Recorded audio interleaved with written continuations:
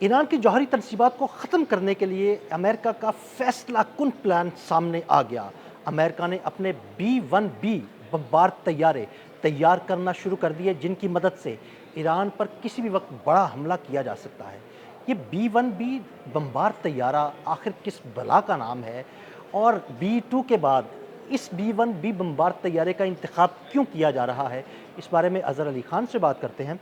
अज़हर भाई, अमेरिका ने जब पिछले साल ईरान की जौहरी तनसीबात पर हमला किया तो B-2 बमबार तैयारे इस्तेमाल किए गए, लेकिन इस दफ़ा B-1B बमबार तैयारे का नाम सामने आ रहा है। ये किस बला का नाम है, और क्या इसकी मदद से वाकई ईरान की जौहरी तनसीबात को तबाह किया जा सकता है? असल में ये इसराइली इंटेलिजेंस की रिपोर्ट थी कि ईरान ने अपने जौहरी असासे जो हैं वो मुंतकिल कर दिए हैं, और मुंतकिल कर दिए हैं पिक्सेक्स माउंटेन के अंदर। जी बिल्कुल। और एक ऐसे पहाड़ हैं जो बहुत ही गहराई में हैं, बहुत ही मजबूत हैं, रॉक सॉलिड ये पहाड़ हैं, और इसके अंदर कहीं नीचे जाके बहुत डीप इनसाइड कोई पाँच वो पाँच छः सौ फुट फुट की गहराई में जाकर जाकर वहाँ पे एक न्यूक्लियर फैसिलिटी है और वो जहाँ न्यूक्लियर फैसिलिटी क्या है? भूल भुलैयों का पूरा एक जाल है। बिल्कुल पूरा एक जाल है, और एक एटमी शहर उन्होंने बसाया हुआ है वहाँ पर, और वहाँ पर हाईली इनरिच्ड यूरेनियम के रखे जाने की इत्तलात हैं। तो इसके बाद जो है वो अमेरिका बहुत ज़्यादा एक्टिव हो गया है, और अमेरिका ये कहना शुरू हो गया है कि हम वहाँ पर हमला करेंगे। डोनाल्ड ट्रंप बजाते खुद ये बात कर रहे थे।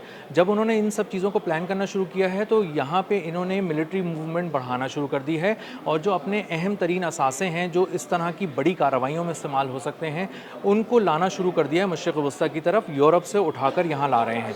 अब ये B-1B जो एक बमबार तैयारा है, ये बहुत बड़े साइज़ का तैयारा है। ये तकरीबन 24 क्रूज़ मिसाइल एक साथ फायर कर सकता है, रख सकता है, और इनको लेके जा सकता है। इसी के साथ साथ JASSM जो ER एक मिसाइल होते हैं, ये उनको भी फायर करने की सलाहियत रखता है।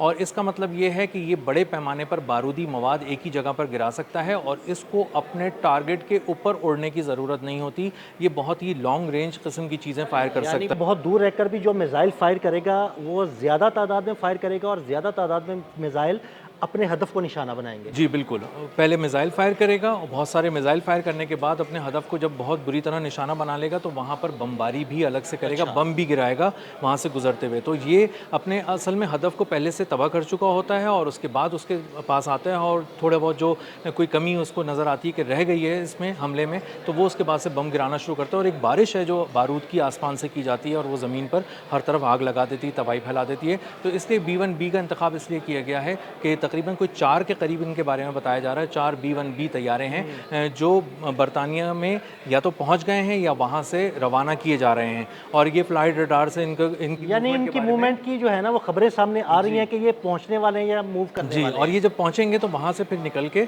ये जाएंगे मिडल ईस्ट की तरफ। तो इसका मतलब ये है कि ईरान के लिए ही मिलिट्री बिल्डअप किया जा रहा है, और अगर किसी तरह का और भी इनको कोई ख़तरा होता है आबनाए हुर्मुज़ के पास या कहीं और भी, तो किसी और मुहिम के भी लिए भी अगर ये समझते हैं कि इसके लिए इसको इस्तेमाल किया जाना चाहिए, तो वहाँ भी अमेरिका इनको इस्तेमाल करेगा। और इसका कॉम्बिनेशन F-35 के साथ भी बनता है, और B-2 बमबार तैयारों के ज़रिए भी बनता है।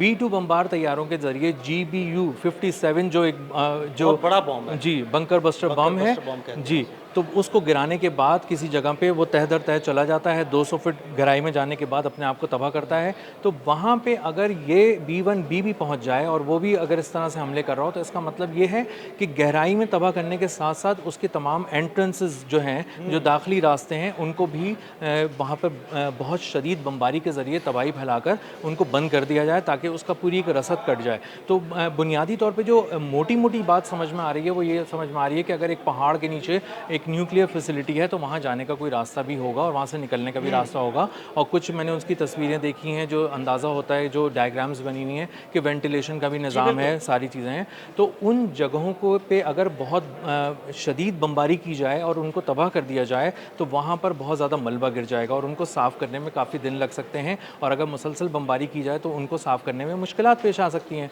तो इसीलिए इन्होंने B-1B जो तैयारे हैं इनका इंतखाब किया है कि वहाँ पे शदीद बमबारी की जाए, और B-2 तैयारों के ज़रिए बंकर बस्टर बम गिराए जाएँ। अच्छा अदर भाई, जब B-1B बमबार तैयारे जो हैं उनके इस्तेमाल किए जाने की खबरें सामने आ रही हैं, तो ईरान की क्या तैयारी हो सकती है? क्या ईरान इस तैयारे से और इसकी बमबारी से निमट सकता है? ईरान के पास पहले एक प्लान ये था कि जब कभी भी हमारी न्यूक्लियर फैसिलिटी पे हमला होगा तो वो कहीं सहराओं में होगा, पहाड़ों के करीब होगा, तो हम उससे निपटने के लिए एक पूरा जाल बिछाएंगे मौत का। उसके अंदर बहुत सारे स्नाइपर्स भी होंगे, उसके अंदर बहुत सारे शॉर्ट रेंज बैलिस्टिक मिसाइल्स का भी इस्तेमाल किया जा सकता है और बड़े पैमाने पर उनका शिकार किया जा सकता है जो दुश्मन उसके लिए आएगा। लेकिन अब उन्होंने कहा कि हो सकता है कि वहाँ पे हालात कुछ बहुत बदल रहे हों, बहुत ही बड़ा हमला हो जाए, बहुत शदीद हमला हो जाए, और इसराइल से जाहिर है किसी अच्छाई की उम्मीद नहीं है, वो वहाँ से हमला कर सकता है, तो बड़े पैमाने पे हमला हो सकता है। इसलिए उन्होंने इसको सबसे पहला जो उन्होंने सबसे अहम और सबसे पहला काम ये किया कि उन्होंने अपने तमाम असासे उठाकर पिक्सेस माउंटेन के नीचे रख दिए हैं। और पिक्सेस माउंटेन के बारे में तो कहा जा रहा है कि बड़ा ही पुरस्कार किस्म का पहाड़ है। जी बिल्कुल ऐसे ही है। ये वो किला है जो नाकाबिल तस्खीर तस्वुर किया जाता है। अगर अमेरिका यहाँ पर आकर अपनी ताकत से दुगनी शिद्दत से भी हमले करे तो वो न्यूक्लियर फैसिलिटी तक नहीं पहुँच सकता, उससे पहले पहले पहाड़ों के को रेज़ा रेज़ा कर सकता है, बहुत बड़े पैमाने पर तबाही फैला सकता है।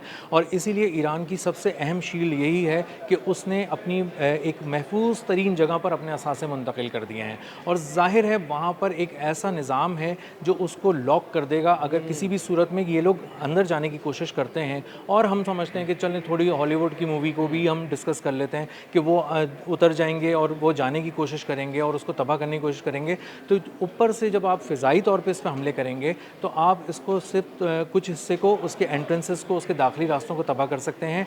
इससे आगे जाने के लिए आपको ज़ाहिर ज़मीन पर उतरना पड़ेगा, और अभी तक अमेरिका को कोई प्लान ऐसा सामने नहीं आ रहा, क्योंकि ज़ाहिर वो सोचता तो रहता है, ट्रम्प बातें भी करता रहता है कि हम ईरान में अपने फौजी उतार देंगे, अपने मरीन्स उतार देंगे, लेकिन अभी तक उसकी हिम्मत नहीं हुई। एक दफ़ा हिम्मत की थी जब उन्होंने अपने 2 C-130 तैयारे खुद ही तबाह कर दिए थे कि भाई हमारे राज ना उनके हाथ लग जाए। बिल्कुल ऐसा ही है। $800 मिलियन का तकरीबन उसमें नुकसान हुआ था, और उसमें अमेरिकी फ़ौजियों की हलाकत की भी बहुत ज़्यादा इत्तलात आई थी। तो उसके बाद डोनाल्ड ट्रंप 4-5 दफ़ा ब्रीफिंग ले चुके हैं, लेकिन वो कभी भी ये हिम्मत नहीं कर पाते कि एक दफ़ा साइन करके एक दफ़ा ऑर्डर दे दें कि तुम जाओ ग्राउंड इन्वेजन शुरू करो। और किसी तरह के भी एनालिस्ट को अगर आप सुने जो कि अमेरिकी फ़ौज से रिटायर हो चुका है, और अब XCI एनालिस्ट को सुने, किसी को भी सुने, तो वो सब ये बता रहे हैं कि कम से कम 10,000 फ़ौजियों की आप हलाकत की तैयारी बिल्कुल ज़हन तैयार कर लें कि वो मरेंगे, उतरने का प्लान बनाते हैं जी। और उसमें भी आपके पास ये श्योरिटी नहीं है कि किसी भी तरह आप कामयाब हो जाएंगे। इसका मतलब ये है कि आप 10,000 के मरने के बाद कुछ और लोग भेजने की कोशिश करेंगे। ये किसी फिल्म का मंजर तो है नहीं जिसमें कोई टॉम क्रूज जो है वो किसी भी जगह पर उतरे, एटमी राज चोरी करे और उसके बाद अपने जहाज़ में सवार हो या हेलीकॉप्टर में सवार हो और वापस आ जाए। जी, और इसीलिए जो है ईरान ने सबसे ज़्यादा अपनी चीज़ को महफूज करने के लिए उन पहाड़ों के नीचे उसको रख दिया है, और उन वहाँ पे ज़ाहिर गैर मामूली किस्म के इक़दाम हैं। अभी ईरान इसको डिस्क्लोज़ उस तरह से नहीं कर रहा जैसे पहले कर रहा था कि उसकी तैयारियाँ क्या हैं, लेकिन उसको अमेरिका को ये बात पता है, अमेरिकी फ़ौज को ये बात पता है कि हम कुछ लेने जाएंगे या कुछ तबाह करने जाएंगे तो ज़ाहिर है उसकी एक कीमत ऐसी है जो हम अदा नहीं कर सकते, बहुत महंगी कीमत है उसकी। और ईरान की तैयारियाँ पहले भी हमने देखा है गैर मामूली होती हैं, और अगर वो किसी जजीरे को तबाह करने की बात करें या किसी सहरा में किसी फैसिलिटी को तबाह करने की बात करें तो करके देख चुका अमेरिका, आके देख चुका। और उस सबसे पहले उसका जो सामना हुआ था पिछली बार भी वो फराजा से हुआ था, जो उनकी पुलिस है, और उन्होंने सबसे पहले इनको इनकाउंटर करके मारना शुरू किया था। तो इसका मतलब उन्होंने अपने कंधों पर छोटे छोटे मिसाइल लॉन्चर रखे होते हैं जी, और उससे मिसाइल फायर करते हैं जी, और उससे करके उन्होंने C-130 को उन्होंने हिट करना शुरू किया था। तो इससे अंदाज़ा ये होता है कि उनकी पुलिस का अज़्म भी बहुत ही बुलंद है। और ईरानी पासदारान इनकलाब के जो कमांडोज़ हैं उनसे निपटने के लिए तो नेवी सील्स को एक अलग ही किस्म का एक पैशन चाहिए होगा, क्योंकि वो नहीं कर पा रहे हैं चीज़ें ना। तो इसका मतलब ये है कि ईरान ने जहाँ पे पहुँचा दिया है यही उसकी शील्ड है, यही उसका बॉम्ब है, यही उसकी हिफाजती हिसार है। ये पहाड़ जो है पिक्सेक्स, ये बहुत ही इंपॉर्टेंट है। और यहाँ तक जाने के बाद ये बात इसराइली इंटेलिजेंस ने नेतन्याहू को जो बताई है वो वन लाइनर काफ़ी है कि वहाँ तक पहुँचना नामुमकिन है, हम अब ईरान के अफजूदा यूरेनियम का कुछ नहीं बिगाड़ सकते। बहुत शुक्रिया अज़हर भाई। अज़हर भाई ने बड़ी तफसील के साथ इस सारे मामले पर रोशनी डाली। मज़ीद अपडेट्स के लिए फॉलो करते रहें। अदील अहमद और अज़हर अली खान को इजाज़त दीजिएगा। अल्लाह हाफ़िज़।